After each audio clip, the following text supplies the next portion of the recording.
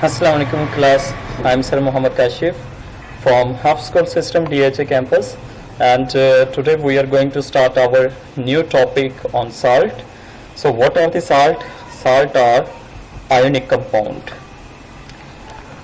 Ionic compound से क्या mean है कि ये आयन से मिलकर बने हुए हैं। आयनिक से ये मुराद होता है कि नंबर ऑफ आयन से मिलकर बने होते हैं। सपोज किया कि हमारे पास कोई भी आयन्स हो सकता है। हम लेट सपोज कर लेते हैं कि वो कौन सा कोई भी आयन हो सकता है। यहाँ पे हमारे पास एक आयन है NS प्लस वाला आयन और एक आयन है हमारे पास Cl नेगेटिव आयन। तो ये दोनों आयन हमारे पास मिलकर क्या बनाते हैं, सॉल्ट बनाते हैं।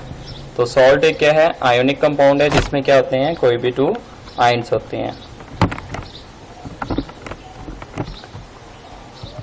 ओके बेटा, और आपको पता है कि साल्ट कब बनता है, जब एक न्यूट्रलाइजेशन प्रोसेस होता है। न्यूट्रलाइजेशन प्रोसेस से क्या मीन होता है कि जब एक एसिड और बेस का रिएक्शन होता है। तो लास्ट टाइम बेटा हमने देखा था कि जब भी कोई एसिड और बेस आपस में रिएक्ट करते हैं तो वो साल्ट और वाटर बना रहे होते हैं। तो सॉल्ट कैसे बन रहा होता है, न्यूट्रलाइजेशन के प्रोसेस से बन रहा होता है। आइए बेटा इसको दोबारा एग्जांपल इसकी देखते हैं।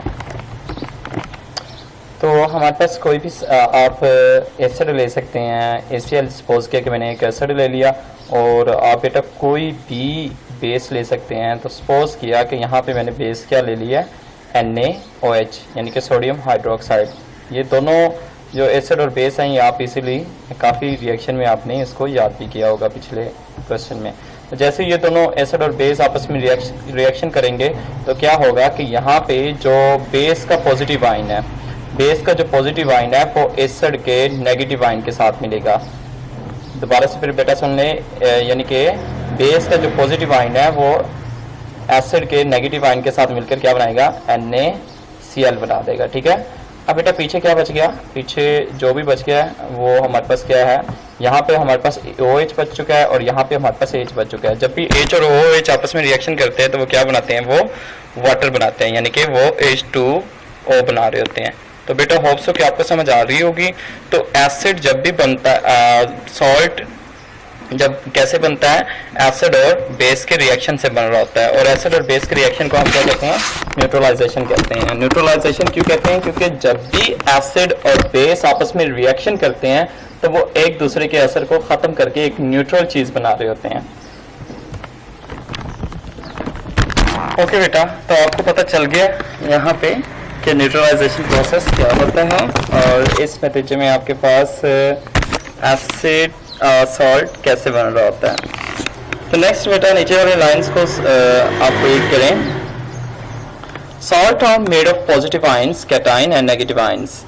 Cation is metallic ion derived from base, यानी कि जो आपका पॉजिटिव आयन था वो आपने कहाँ से लिया था, वो आपने बेस से लिया था, जो कि एक मेटालिक आयन मेटल का बना हुआ था। तो Na क्या होता है, सोडियम एक मेटल का है, और ये मेटालिक आयन आपने कहाँ से लिया था, आपने ये बेस से लिया था।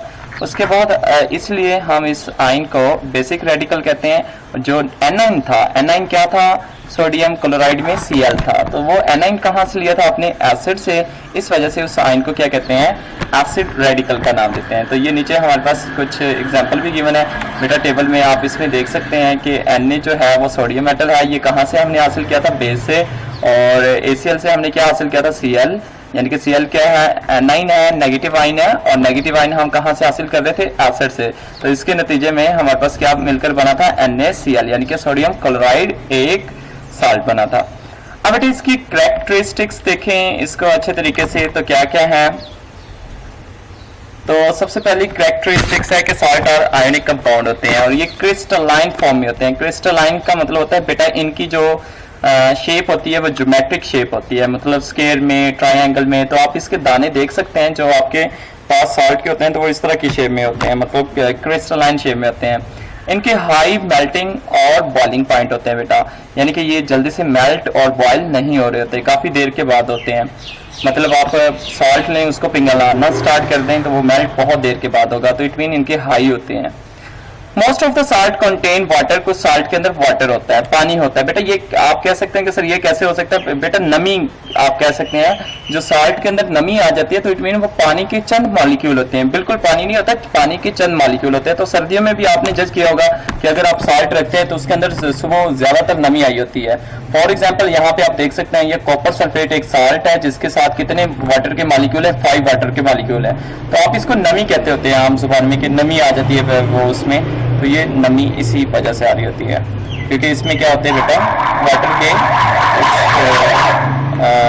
मॉलिक्यूल पाए जाते हैं। साल्ट और न्यूट्रल कंपाउंड, बेटा इनको न्यूट्रल क्यों कहते हैं, क्योंकि ना तो ये क्या कहते हैं एसिड होते हैं ना बेस होते हैं। दूसरा ये कि बेटा they do not have equal number of positive and negative ion, इनके अंदर पॉजिटिव आयन और नेगेटिव आयन इक्वल नंबर में नहीं होते, but they have positive and negative charge equal होता है। चार्ज इक्वल होता है बेटा, चार्ज और आयन में बहुत ज्यादा फर्क होता है, ठीक है। ये लास्ट टाइम ही मैंने आपको ये लेक्चर में थोड़ा सा रिवाइज करवाया था। Equal number of positive and negative ions नहीं होते, आयंस और चीज होती है, चार्ज बेटा और चीज होता है।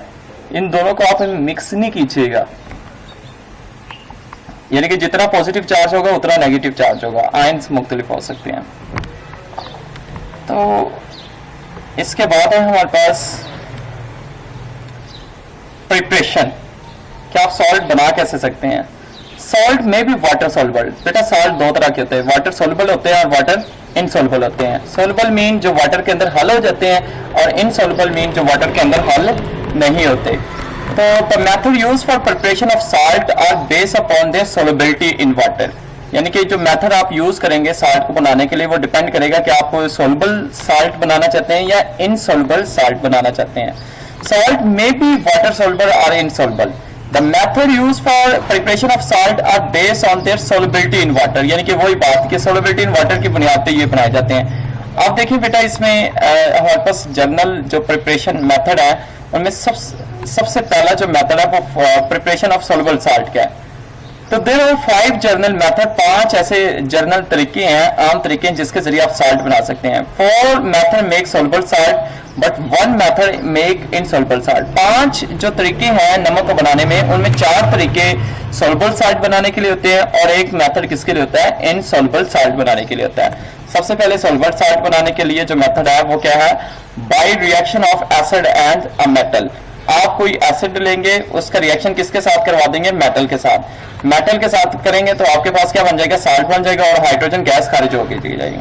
ये बेटा रिएक्शन पहले भी परफॉर्म कर चुके हैं, आपने कोई तेजाब की जब प्रॉपर्टीज हमने पढ़ी थी, एसिड की प्रॉपर्टीज विद मेटल के साथ, तो हमने क्या पढ़ा था कि जो मेटल है वो इसके नेगेटिव आयन के साथ मिलेगी। मेटल पॉजिटिव है, इधर नेगेटिव आयन क्या है, एसिड का Cl क्लोरीन है, तो ये क्या बन जाएगा MgCl2। Cl2 कैसा है, Mg की +2 वैलेंसी थी, Cl की -1 थी। जब वैलेंसी मुख्तलिफ हो तो क्रॉस हो जाती है, Mg की वैलेंसी क्रॉस होकर Cl2 के नीचे आ जाएगी।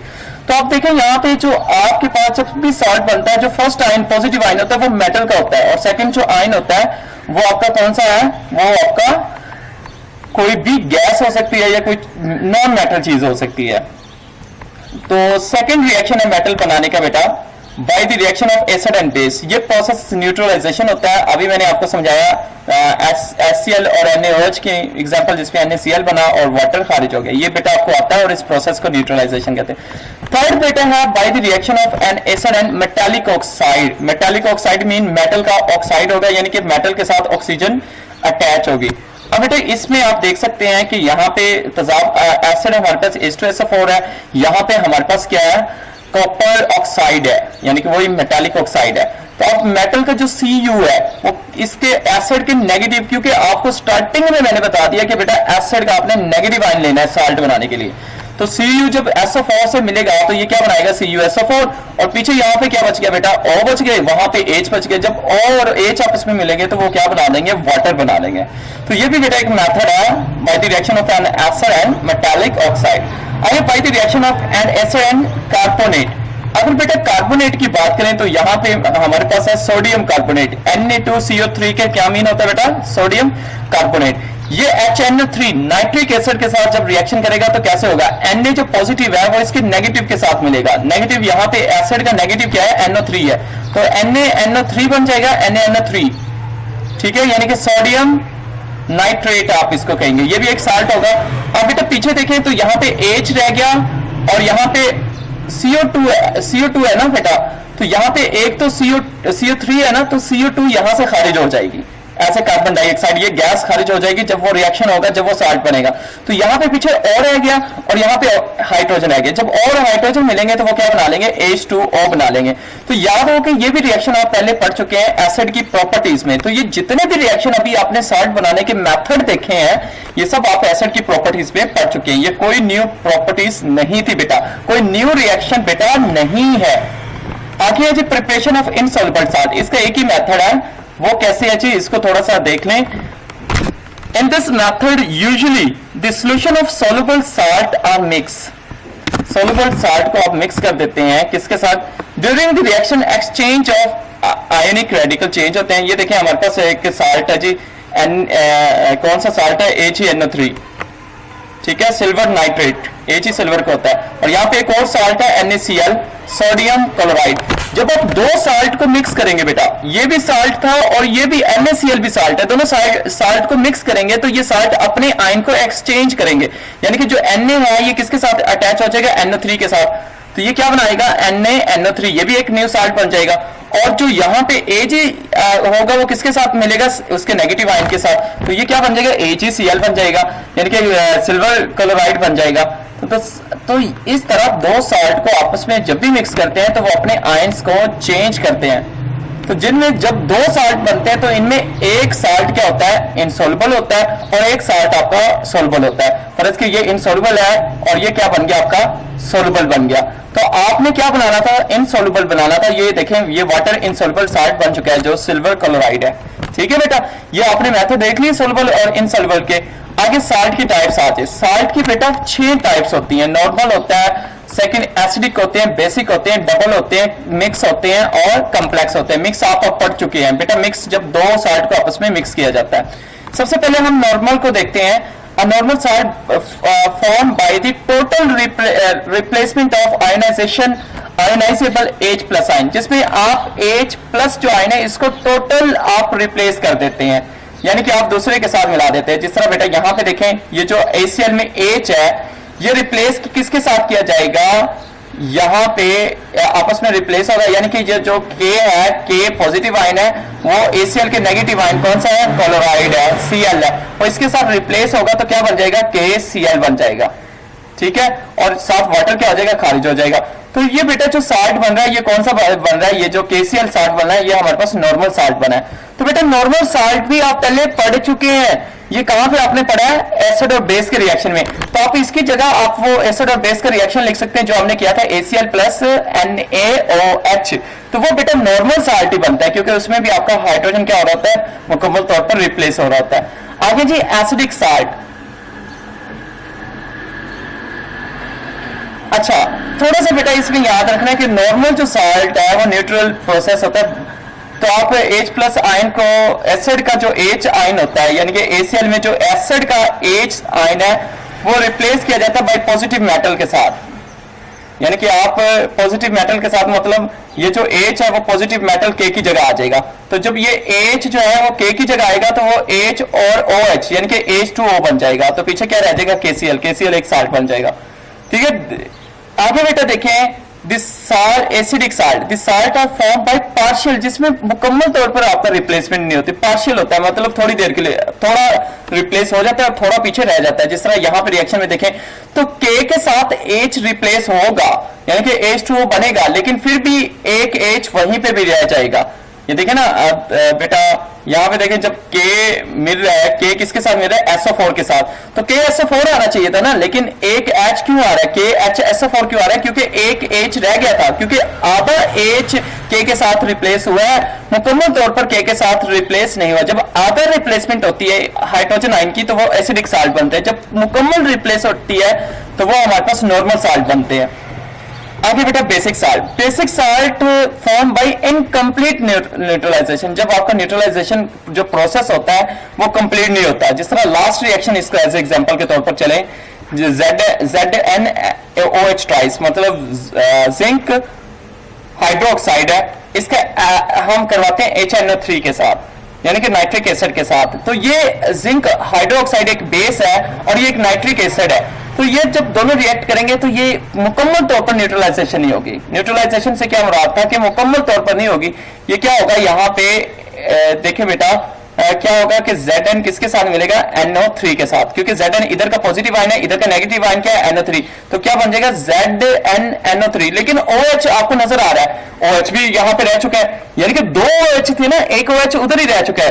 वो क्यों रह रहा है, क्योंकि आपकी न्यूट्रलाइजेशन जो है वो कंप्लीट बेटा नहीं हो रही होती। तो इस नतीजे में जो साल्ट बनता है वो आपका क्या होता है, वो आपका बेटा क्या कौन सा साल्ट होता था, बेसिक साल्ट होता था। इसके बाद बेटा डबल साल्ट। डबल साल्ट बेटा इजीली एग्जांपल है, जब दो साल्ट आपस में मिलते हैं, दो नॉर्मल साल्ट मिलते हैं तो वो एक डबल साल्ट बनाते हैं। तो ये अपनी एग्जांपल कोई भी आपने याद रखनी है। और 24H2O का क्या मतलब है कि वाटर के साथ मॉलिक्यूल 24 है, यानी कि नमी है। तो ये बेटा ऐसे एमसीक्यूज भी पूछा जा सकता है कि इसमें कितने वाटर के मॉलिक्यूल होते हैं। Mix salt contain more than one basic and acidic radical, जिसमें एक से ज्यादा एसिड और बेसिक रेडिकल हो। जिस तरह इसकी ये एग्जांपल भी बेटा हमारे पास गिवन है। तो इसमें ये एक मिक्स की है। कम्प्लेक्स क्या होते हैं बेटा, जिसमें dissociation provide simple cation and complex ion, यानी कि जिसका कैटाइन जो होगा वो सिंपल ही होगा, लेकिन एनाइन क्या होगा बेटा, वो कम्प्लेक्स होगा। तो इसको हम कम्प्लेक्स आयन कहते हैं। इसकी एक आप एग्जांपल देख लें बेटा, एग्जांपल से आपको ज्यादा समझ आ जाएगी। यहाँ पे इस एग्जांपल को देखें, ये एक साल्ट का नाम है। तो यहाँ पे जो पॉजिटिव आयन है वो क्या है, Fe है, फेरस है। ये देखिए सादा सा है, यानी कि आपको क्लियर नजर आ रहा है। लेकिन CN6 ऊपर -4, तो ये आपको क्या लग रहा है, कम्प्लेक्स लग रहा है बेटा। तो यानी कि ऐसा साल्ट जिसका जो कैटाइन जो पहला पॉजिटिव आयन होता है वो सिंपल हो और जो उसका नेगेटिव आयन होता है वो कम्प्लेक्स हो, तो इसको हम क्या कहते हैं, कम्प्लेक्स साल्ट कहते हैं। आगे यूजेस ऑफ साल्ट है बेटा, next topic. Uses of salt को देख लें, बुक से बेटा एक पढ़ लें एक दफा। अगर कोई चीज समझ में नहीं आती वो मुझसे पूछ लें कि ये साल्ट कहाँ पे यूज किए जाते हैं। तो Na की पहले देखें बेटा, जो NaCl है, NaCl जो है वो salt as a table salt, यानी घर में खाने पकाने में यूज किया जाता है, इस तरह के आम पर्पस के लिए यूज किया जाता है। सोडियम कार्बोनेट, ये देख लें, it is use for manufacturing glass, शीशा बनाने के लिए, डिटर्जेंट, सर्फ बनाने के लिए। डिटर्जेंट बेटा सर्फ को कहते हैं, जिस तरह बोनस है, सर्फ एक्सेल है, पल्प बनाने के लिए होता है बेटा, पेपर बनाने के लिए होता है, अदर केमिकल दूसरे, पल्प भी बेटा केमिकल का नाम है। सोडियम कार्बोनेट ये भी एक साल्ट है, it is use for cleaning agent, cleaning यानी कि सफाई वगैरह करने के लिए या वाटर को सॉफ्टिंग करने के लिए। जिस तरह साबुन है, साबुन क्या कर रहा होता है, क्लीनिंग एजेंट है किसी चीज को साफ। तो साबुन बनाने में जो साल्ट यूज होता है वो सोडियम हमारे पास होता है, कार्बोनेट होता है। उसके बाद सोडियम सल्फेट है, ये manufacturing of glass, paper, detergent, ये भी उसी पर्पस के लिए होता है। आगे सोडियम सिलिकेट है, ये डिटर्जेंट के लिए। सेम बेटा इसके इतनी इजी से आपके लिखे हुए हैं, तो बेटा होप सो इसको पढ़ें। अगर कोई चीज समझ में नहीं आती वो पूछे। आखिर में न्यूट्रलाइजेशन प्रोसेस है वो आपको पहले ही समझा चुका हूँ। ओके बेटा।